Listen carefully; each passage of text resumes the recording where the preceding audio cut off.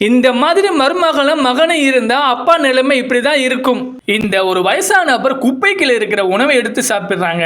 அந்த பக்கமா வந்த ஒரு கணவன் மனைவி அங்க பார்த்துட்டு, அங்க பாரு உங்க அப்பா அப்படின்னு சொல்ல, இவனும் பார்த்துட்டு அவன் மனைவியை கோவமா பார்க்கறான். என்ன நடந்துச்சு சொல்லி நினைச்சு பார்க்கும்போது அவ அப்பாவை ஒரு டீ கடையை கூட்டிட்டு போறான். அங்க போன பின்னாடி ஒரு டீ அப்படின்னு சொல்லி அந்த டீ வந்த பின்னாடி அதை வாங்கி அவ அப்பா கையில கொடுக்குறான்.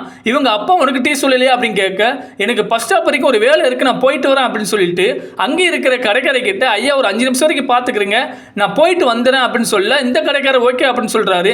இந்த மகன் கிளம்புற நேரத்துல அப்பா மகனே 5 நிமிஷத்துல போயிட்டு வந்துருவியா அப்படின்னு கேட்க, இவனும் ஆமா அப்படின்னு சொல்லிட்டு கிளம்பிட்டான். அடுத்து 5 நிமிஷம் கழிச்சு மகன் போன வழியை அப்பா பார்த்துட்டே இருக்காரு. ஆனா மகன் வர்ற மாதிரி தெரியல.